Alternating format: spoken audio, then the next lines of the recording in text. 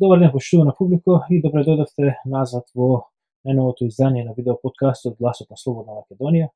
Јас сум вашиот домаќин Душан Петровски, со мојот секојаш верен соговорник Јордан Петровски. Добар ден. Добар ден. Значи, денеска продолжуваме со анализата на емисијата 24 отворено на телевизија 24 по тема предлог законот за поништување на лустрацијата.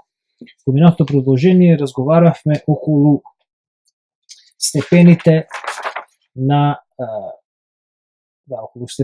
обработка на службата и сега дојдовме до отприлика крајот, значи го разгледавме степенот безбедносно интересно лице, го разгледавме речиси целосно степенот на претходна обработка. Да. И сега доаѓаме до дерегистрацијата. Значи, да направиме едно кратко сиже.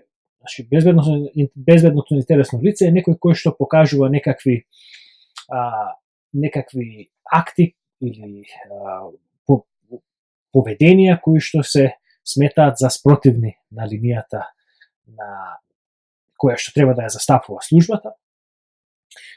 Се потегнува, се прави истрага, се отпочнува претходна обработка, се интензивира истрагата, се започнуваат иследувања, прислушкувања, се наметнуваат соработници и обработуваниот се става во позиција која што службата смета дека неговите слабости ќе го совладаат.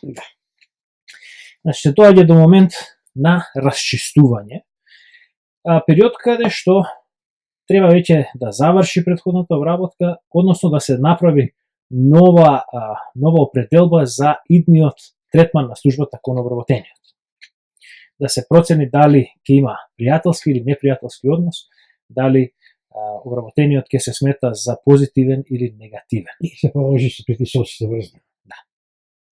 И сега ти го опиша твојот случај, како одела таа фаза на расчистување. И сега доаѓаме, следните чекори ќе ги објасниме, првен ќе го пуштиме уште малку Милчин, да дообјасни уште некои работи. Диневски се извинувам.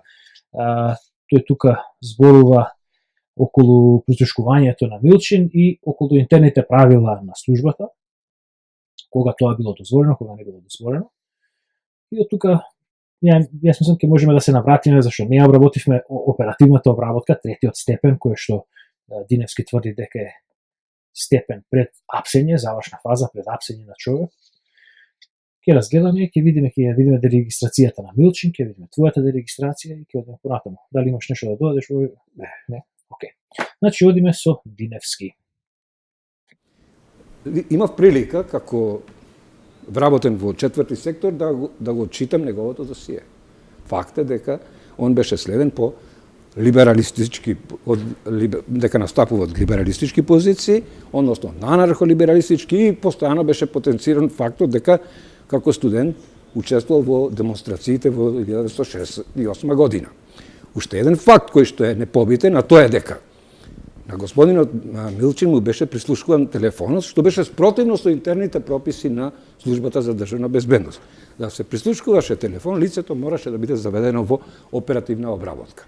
Еден факт го демонтира господинот Аџиевски.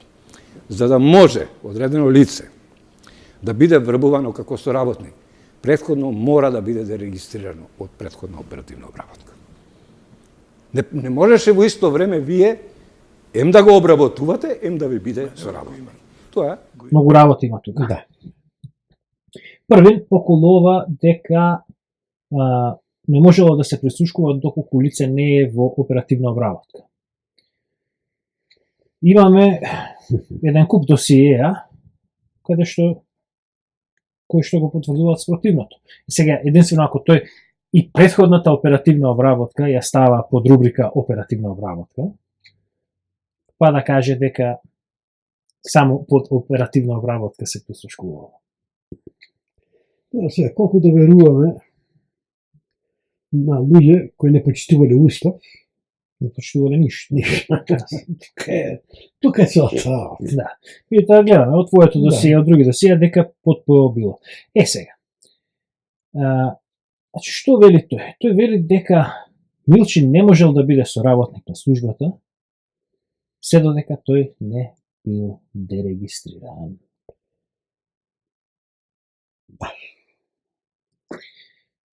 Сега, кога Комисијата за лустрација го лустрирала Владен Милчи, еден од документите со кои се користи таа е неговата регистрација. Ќе додавам во постпродукција целата белешка, меѓутоа тука имаме некои извадоци од истата. Од неговото филтон. Да. Каде самиот го потенцира, тоа е дека продолжително што е дека бил дерегистриран. Значи, од фелтонот досие 25630 што е објавувано во весниците. Да. Тоа е фелтон под авторското перо на самиот Милчин. Значи, не мора, макар и тоа ќе го додадеме, не мора да вадиме од никаде документи, самиот Милчин го приложил овој доказ. И еве што вели неговата дерегистрација. Од друга страна, од 1982 година, истиот Милчин е општествено политички активен, во заграда извршен секретар на Општински комитет на Сојуз на комунисти за Центар и на Факултетот за драмски уметности Скопје, затворена заграда. Целосно ја спроведувал политиката на Сојузот на комунисти и зацртаните задачи во рамките на своето работење. Имајќи ја во вид неговата научна и образовна дејност, доприносот што го дава на афирмирањето на македонската драмска уметност и култура, како и фактот дека во поново време не се експонира со непријателски коментари и дејанија, сметам дека се исполнети сите услови за негово дерегистрирање од претходна оперативна обработка. Со оглед дека службата има стапено во контакт со него, и фактот што е присутен во средината каде што може да се очекува однесување од позиции на граѓанска десница и други видови непријателски активности, контактите ќе продолжат и ќе се создаваат услови за градење на соработнички однос. Значи, во ред, може би да кажеме, тука не е остварен соработничкиот однос. Меѓутоа, еве што велат последните 4 реда. Од наведените причини, предлагаме по драматург да се дерегистрира од претходна оперативна обработка, а неговото досие да остане во оперативниот архив на СДБ. Истиот е и ќе биде користен како оперативна позиција за следење на активностите и коментарите на ПОО и лица безбедносно интересни од позиции на граѓанска десница, како и следење на состојбите во овие средини кои што представуваат интерес на СДБ. Јас би сакал малку да искоментирам еден битен сегмент. Да. За е можно Диневски да не го знае овој детај од досието на Милчи. Ајде, може би заборави кога читал пред 90 година досието на Милчи. Но кога го објави илустрирањето на Милчин Комисијата за илустрација, ги објави и овие службени белешки од досието на Милчин. Да. Зошто Диневски свесно лаже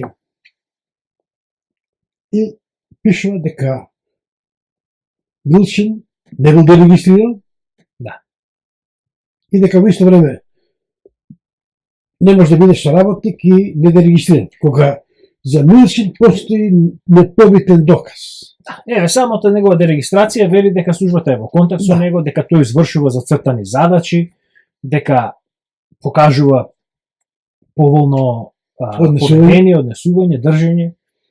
Соработил со службата. Бил соработил или ќе соработил со службата. Да. Така стои. Да. Што сакаме? Сега тој формалниот статус негов можеби не бил како што вика Диневски, за тоа уште не сме дојдени, тој подоцна ќе ги даде видовите на соработка, односно категориите на соработка на службата. Тој баш во тоа што ќе го слушаме подоцна, вели оперативна позиција е соработничка позиција, тоа од највисок стадиум. Не, соработник на службата е од највисок стадиум, според Диневски. Оперативна позиција е вид на информатор. А тој вели за оперативна врска нешто друго кажува. Оперативна врска е најнискиот. Да. Поред сега ќе И за тоа ќе Да. видиме. Меѓутоа, значи, самото досие на Милчин вели дека тој бил дерегистриран, што Диневски вели дека е предуслов за Да. стварање на соработнички, значи е дерегистриране, се наведува дека веќе го сменил поведението и дека ги спроведува зацртаните задачи. Што тоа отпаѓа и обвинението на Диневски за комисијата за лустрација. Да. Тука самиот тој е патен во лага и обвинението против комисијата за лустрација. Да. Не држи. Да. Не е вистината. Тука е една во следното прашање Да. ќе одам на ова, меѓутоа тука би сакал ова последново да го искоментирам, на околу соработниците ќе зборувам малку повеќе на следното прашање, меѓутоа тука ова негова изјава дека не можеше во исто време ем да ви биде соработник, ем да го обработувате. Доказите го кажуваат спротивното. И сега, токму тука е кваката, тука е она што мора да го разбере. Значи, службата, како што рековме, таа е идеолошко-политичка полиција. Да. Незината основна задача е, како што рече Диневски, персонална идентификација на луѓето кои застапуваат позиции кои што не се на линија на државната власт, на Сојузот на комунистите тогашни, на самата служба. Тоа значи дека таа е во постојана потрага по лица кои што истапуваат од линијата на работа, од линијата на поведение. Да. Секој човек може во секое време да истапи од таа позиција. Параметрите постојано се менуваат. Така е. Службата, бидејќи мора да прибира информации, тоа е дел од незината основна функција, и да прави интриги, мора во секој момент да се уверува дека соработниците со кои што има работа се на ниво на работа кој што тие го очекуваат. Да. Во моето досие, римјанин е пратен да го провери пријателската врска Маријан од Белград. Да провери верноста и веростојноста на римјанин. Тука имам извадено неколку извадоци од досија. Че во досието на Левко Џамбазовски од јануари 57 година белешка се наведува дека превзедовме мерки да се инсталира плюсичен апарат во еден стан каде Питомец, тоа е нивниот соработник, има псевдоним, требаше да ги доведе останалите. За инсталацијата тој не знаеше. Оти требаше со тоа требаше да го провериме и него. Во досието на Дане Поповски, белешка од јули 64 година, имаме сомнеж во соработникот. Цитирам: "Прилично е чудна соработката со Смилевац", тоа е псевдонимот. "Тој некако отворено ги остава сите прашања, не ги расчистува.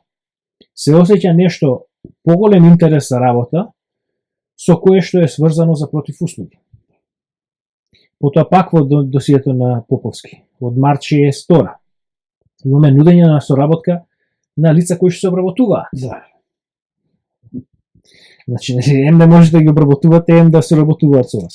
Вели вака, соработникот Цветан, бидејќи патуваше службено во Битола и Охрид, го искористивме случајот да го истиот инструираме на поменатите лица за кои УДБА Охрид има дадено предлог да се воведат во разработка. Меѓутоа се гледа многу опрезно се поставија пред соработникот. Секако за тоа е узрок што истите се плашат да не наседнат на некоја наша соработничка мрежа, кој моментот посебно се истакнува во извештајот. Затоа имат искуства што на повеќе од нив е нудена соработка и таа форма на работа им е позната. Да. И сега вели останалите задачи кои му ги поставуваме, соработникот не можеше да ги сврши. Кај мене. Јас пред да бидам регистриран, добивам прва задача. И за тоа Затоа зборуваме, ова се случајот пред 90 година. Да. Јас зборувам за 93, 94, 95, 96, Да. 97 година. Значи, И токму твоето прифаќање на тие задачи води до регистрацијата. до регистрација. И тоа токму мислам дека сега во следно прашање ќе го разгледаме. Да, бидејќи сега тука тој ги наведува категориите на соработници, па затоа ќе се навратиме Јас ова го потенцирам само од една причина, го споменувам моето досие, за да разјасниме нешто и да биде стане јасно. Дека службата продолжила да работи исто по исти принципи и после 91 година. Оно што се обидуваат сите да докаже дека не е така. Не може да докаже дека не е така. Досијата го тврдат она што јас го говорам. Дека службата продолжила да работи после 91 година. На исти принципи. Исти луѓе се прогонувани за исти идеи. За исти идеи, да. Тоа е целата работа, да. Значи сега ќе одиме со следниот цитат и потоа ќе се навратиме на овие работи што останаа недоискажани. Да. Сега тука Диневски ќе ги опише степените на соработка. Да. Второ, господинот Аџиевски очигледно не ги разбира тие степени на соработка, кои што граѓаните, нормално, службата се подпираше на информатори. Имавме два вида, значи оперативна позиција и соработник на службата. Сега, преднаш ова ќе го... Оперативна позиција, рече Диневски, тоа е првиот степен. Еве го, значи, повторно го ставам на екран, ја ставам дерегистрацијата на Владе Милчин, што веќе истиот ќе биде користен како оперативна позиција. Не е првиот степен, тој така ги... Да, мислам, сега ова е неговото тврдење, меѓутоа, нас само не интересира ова, дека вика дека оперативна позиција е соработник. Тоа е крај, тука... И готово, значи, дискусијата околу Милчин завршува. И сега, втората, значи, одиме натаму.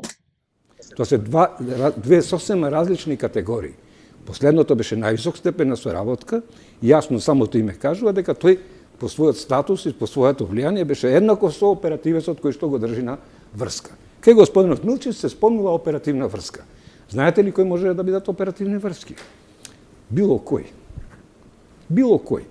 Можело да биде случајна средба, можело да биде пријателска средба. И на тој начин да биде прогласен тој за и што се соработник и оперативна врска за тоа што некој случајно го прашал? Кога постои кога оперативецот пишува информација од средба со оперативна врска, пишува службена белешка. Кога пишува извештај, кога е во прашање соработник на службата, кој што? Прво, соработникот на службата мора да добие псевдоним, мора да подпише изјава и мора да му се отвори соработничко досие во самата служба за државна безбедност. Тоа е да му остане досието во оперативниот архив. Да. Сосема друга. Значи толку. Добре, значи тука многу работи се искажа. Прво да го разјасниме, сам дека овдека се манипулира со термини. Со термини и оперативната позиција сака да ја прикаже. Ако ама оперативната, уште по оперативната врска сака сосема да ја омаловажи. Но овдека мене ми е друга целта. Да сакам да се одржиме на оперативна позиција. Во досијата кои се ги прочитали, кои се ги сретнали. Оперативна позиција е човек кој се вметнува во некоја организација, во некоја група и тој треба да ги контролира и да ги држи под своје останатите соработници на службата. Да. Значи, тоа му доаѓа да го земе јак оперативна позиција во Берин. Да. Оттаму се направени уште соработници, кои потоа се распределени из Германија. Едниот бил кај него работел во кафаната и потоа се појавил како соработник на отвора нова кафана во друг град на Германија и тој е соработник само, не е оперативна позиција. Кога има службени белешки за да се инфилтрират во НПО. Има еден куп соработници во НПО, но вика да изградиме оперативна позиција преку овој човек. Значи, оперативната позиција е на високиот стадион. Тој држи под себе соработници. Јас мислам дека Диневски манипулира со терминологиите во однос, според она јас што го имам видено, Да. Хронолошка работа е во прашање. Во еден период службата користела една терминологија, со промена на времето се користи друга, бидејќи сарадник, соработник се среќаваат во старите досија. Во досијата од тамо 40, 50, 60. Да. Таму нема оперативна позиција. Нема оперативна, сарадник се. Да.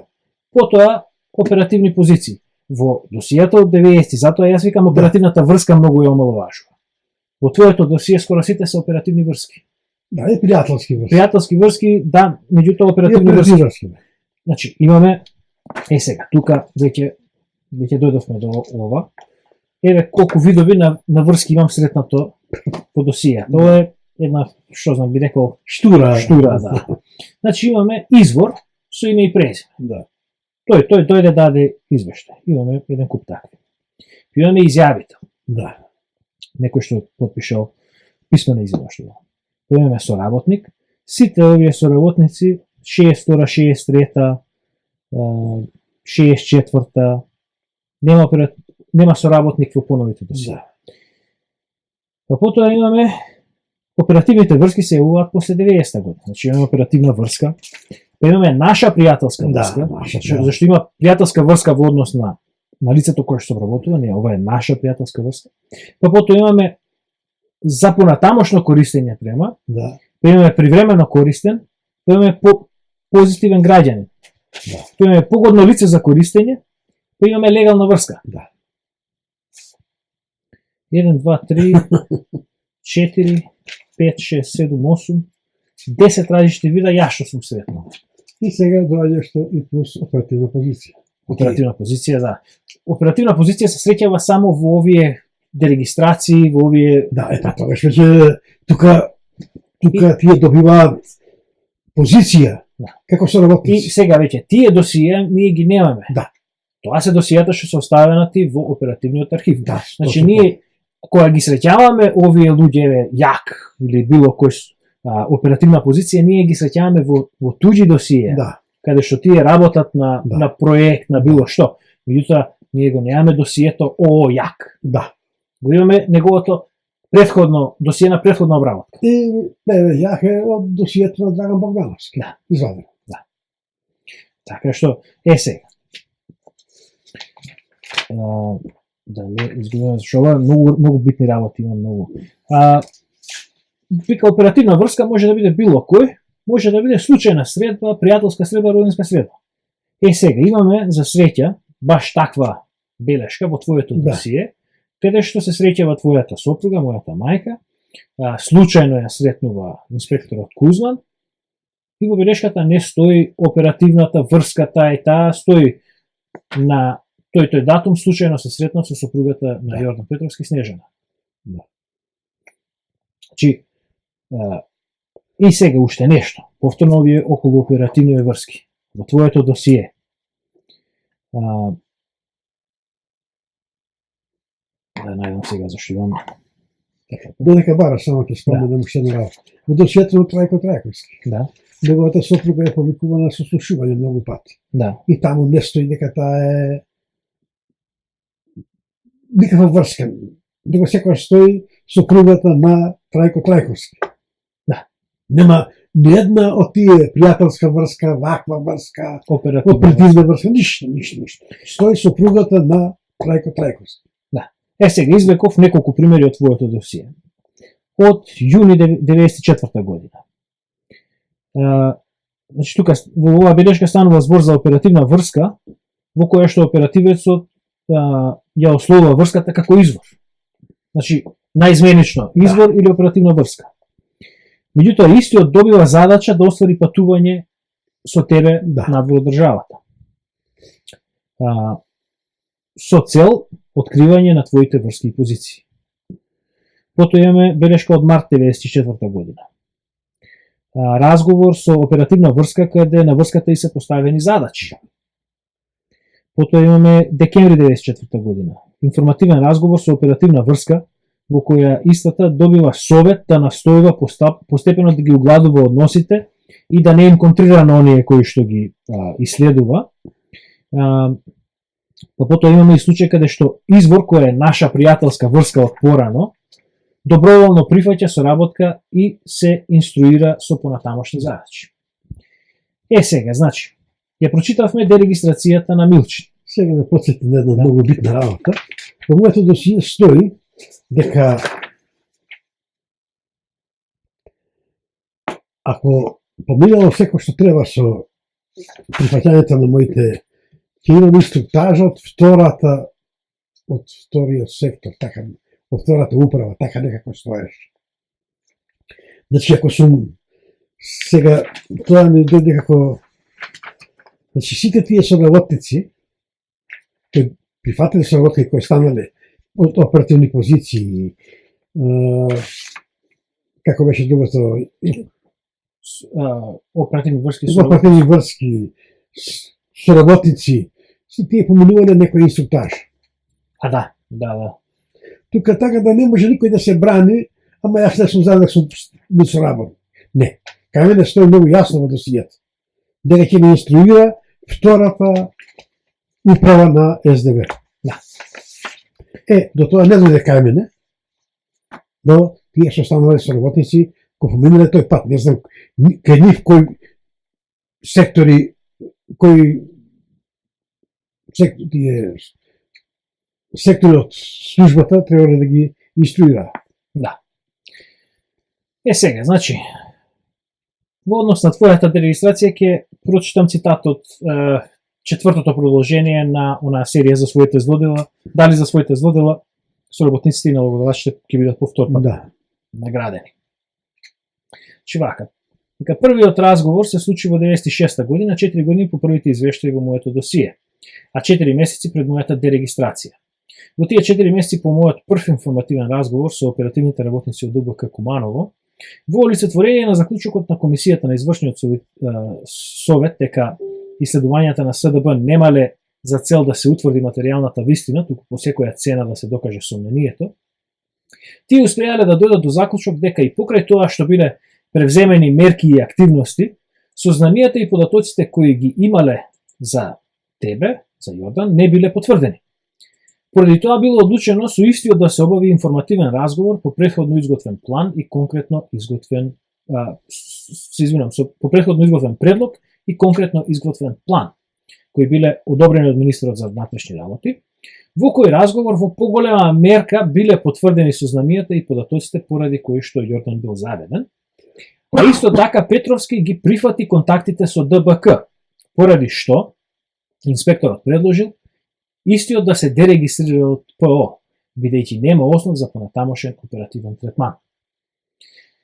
Сега, понатаму во твоето досие се споменува... Да. Како може, ако се ги потврди сознанијата, да нема потреба од понатамошен третман? Ако сум ги потврдил нивните сознанија дека сум работел на рушен уставен поредок, тогаш следува само кривична пријава, а не дерегистрација. Да. Сега, тука е...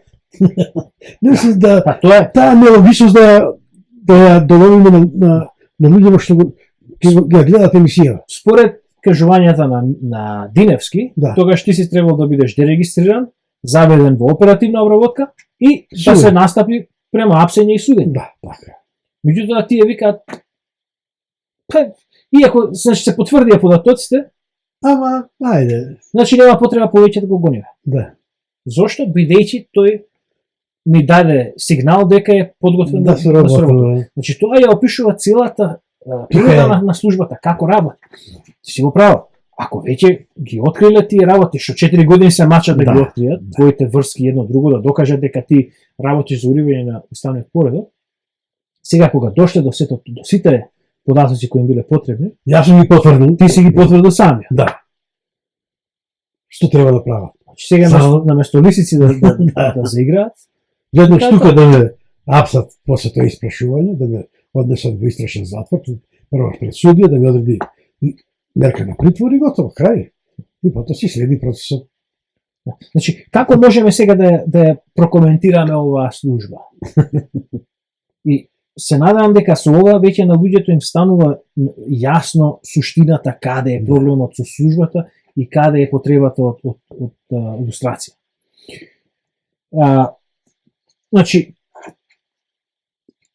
ја прочитавме дерегистрацијата на Милчин. Да. Каде што веднаш се пристапува од дерегистрација во заведување во оперативна обработка, бидејќи тој се користи како нивни соработник. Во твоето досие што имаме? Имаме поплаки од инспекторот, бидејќи ти, како што опишуваше во претходното продолжение, задачите кои што ти ги давале, значи тие и самите викаат дека си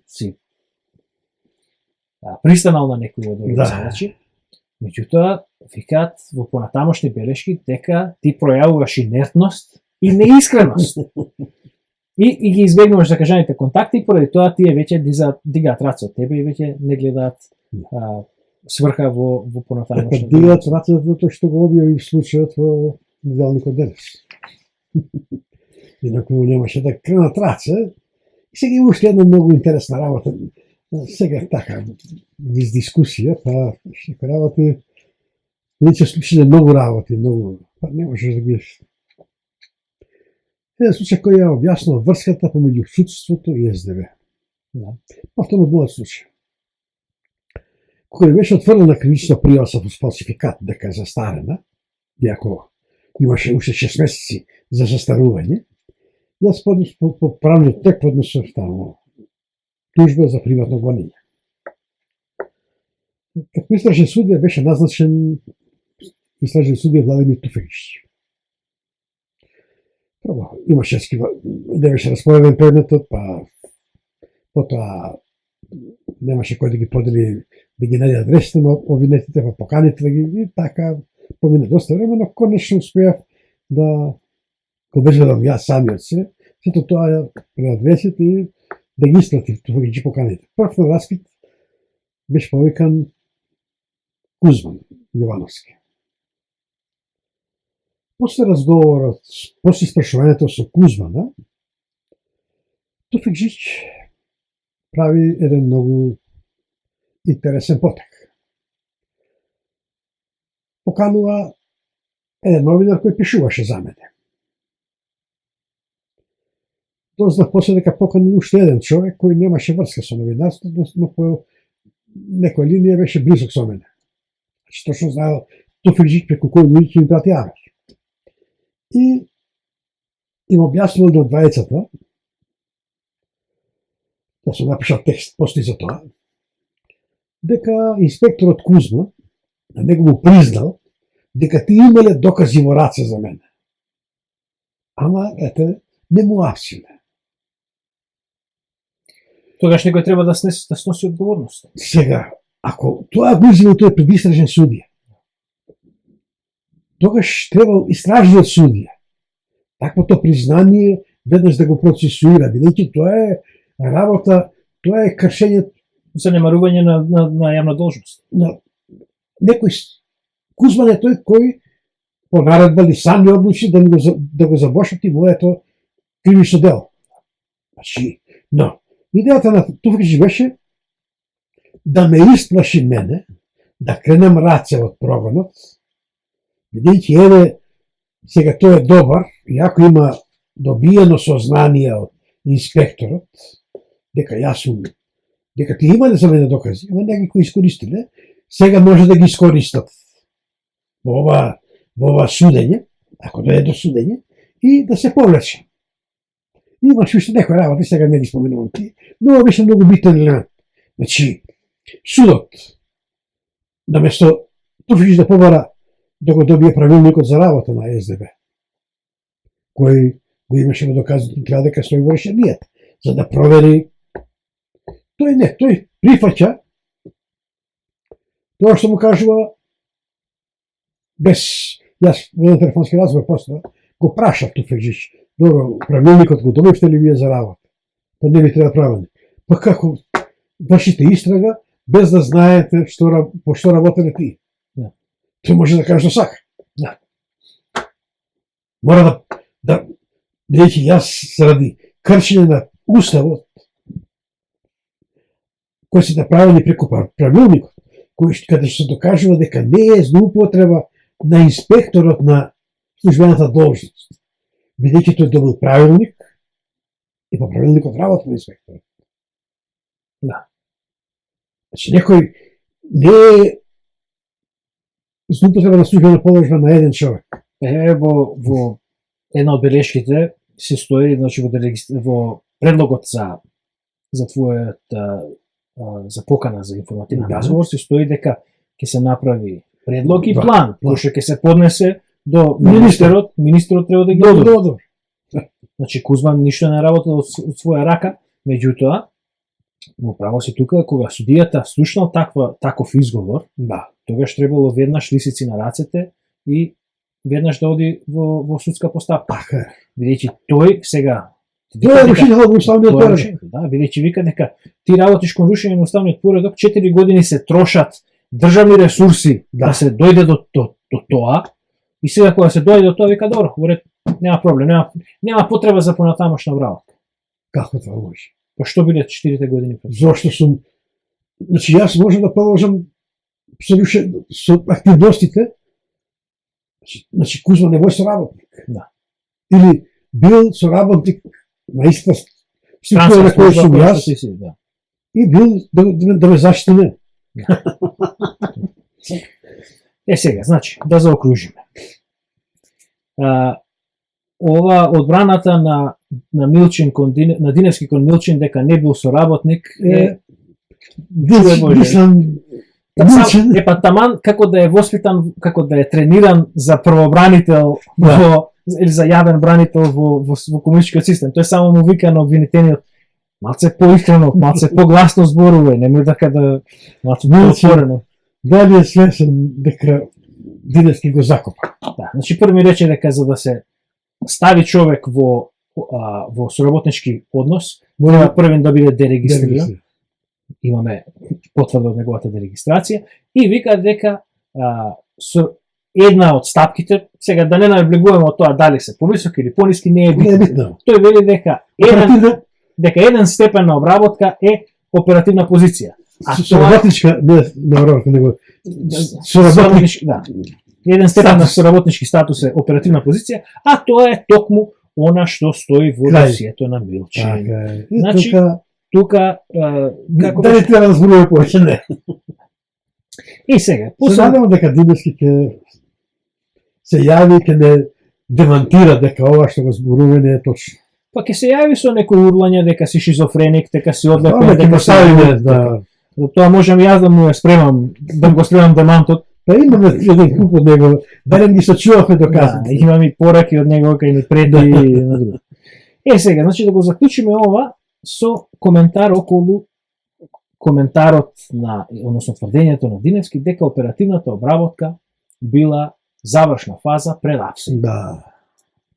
Значи, доколку е тоа така, тоа можеме да го прифатиме само во еден, јас би рекол, на еден фигуративен начин, дека да, оперативната обработка е завршна фаза пред апсење или пред, јас би рекол повеќе апсењето да го земеме во една морална смисла, што значи апсењето. Така, апсењето фигуративно, морално. Да. Апсењето што значи? Апсењето значи губење на образот. Да. Губење на честа. Станување на соработник. Апсен си командаци има апсењето го разбират многу друга, да. Апсите ја. Да. Значи ти си више под јас се држам под јас сум ти контролор. Управувачот на марионети. Зошто? Значи сега да се присетиме на оно што го објаснувавме. Лицето од безбедно интересен, па потоа станува претходна обработка, па репресивни мерки, па обкружувања, па прислушкувања, па расчистувања, па поставување на задачи. Сега, задачите кои што ги поставува службата, обично се или од криминален, или од неморален карактер. Меѓутоа, едно е сега, едно е кога ќе те фатат тие во некаков си во прелюба или во нешто. Меѓутоа, задачите кои ти ги запоставува службата, речиси без прашање секогаш значат некакво прекршување на законите. Во твојот случај станува збор за нешто што би требало да изгледа, барем на однадвор, на финансирање, недозволено финансирање на партија. Тоа било играта која што се обидуваат да ја направи. Во најчесто случаите се овие за соработка се кодошење, правење на завери, правење на малверзации финансиски и така натаму. Значи, кога човек се наоѓа веќе во таа позиција, кога има извалкан образ кој што се обидува да го заштити, или кога се веќе се ставил во позиција каде што навистина сторил кривично дело, тогаш тој човек веќе е, неговата лојалност е гарант за службата. Точно така. Значи таа ги поседува сите инструменти со кои што може да му го уништи животот. И сега, она што заборавив, кога зборев за мојот случај во минатата емисија, што е многу битно, зашто требаше јас да си ги земам моите пари од бугарска амбасада и да излезам со парите надвор. И зашто ќе беше тоа атак врз ВМРО ДПМНЕ, дека се финансира од Бугарија, докажан дека јас го финансирав ВМРО ДПМНЕ и 90 година и 94 година. Помагам. Јас сум го финансирал 100%, јас сигурно имало и некои други извори на финансии, но јас од Македонија бев барем најпознатиот финансиер на ВМРО ДПМНЕ. Сите знаеа дека јас помагам финансиски. Да.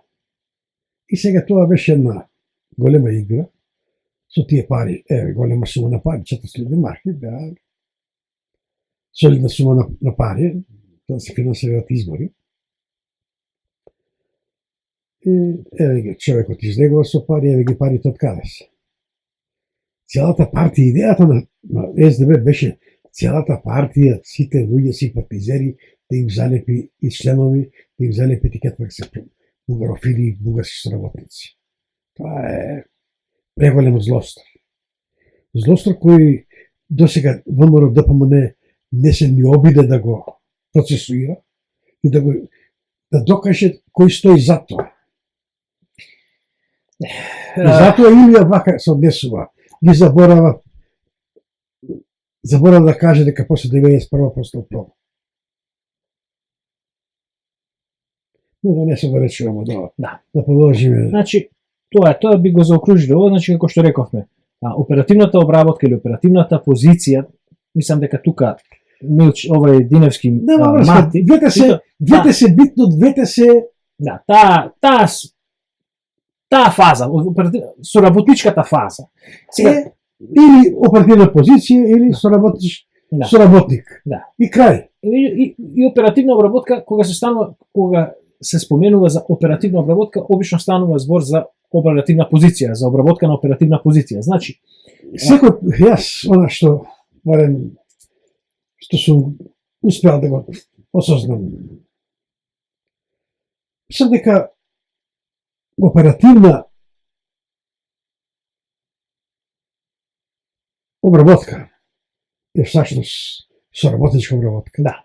Тоа е тоа. Тоа е тоа. Така да и сега, значи, сите досије кои се водат под ОО се соработнички, да. Затоа што само на блажо досието од оние кои сме ние. Да. На Дане досието е ПОО, да. На Блажо е ПО, да. Блажо е до 2000 година воден како претходна обработка, да. И мојата. Да. Други досије не сме видели, може би и на Трајко Трајковски е ПО досијето. Да. Во постари времења Р-то било односно О-то било Р, не обработка, туку разработка. Разработка, да. Тоа е тоа. Да. Значи, во оваа фаза, оперативната обработка, точно е дека во една фигуративна смисла тоа е завршен чин, бидејќи тука зборуваме за човек на кој што му виси меч над главата и кој што, значи, во ситуација каде што службата го има комплетно во своји раце и незината, таа не ја издава неговата тајна или не го процесуира неговиот случај, во возврат да добива лојалност. Тоа е целата. Јас мислам дека овие прашања ги завршивме и во интерес на целината ќе ја заклучиме оваа емисија и одиме понатаму со следните анализи. Ви благодариме на вниманието. До следниот пат, до гледање. До гледање.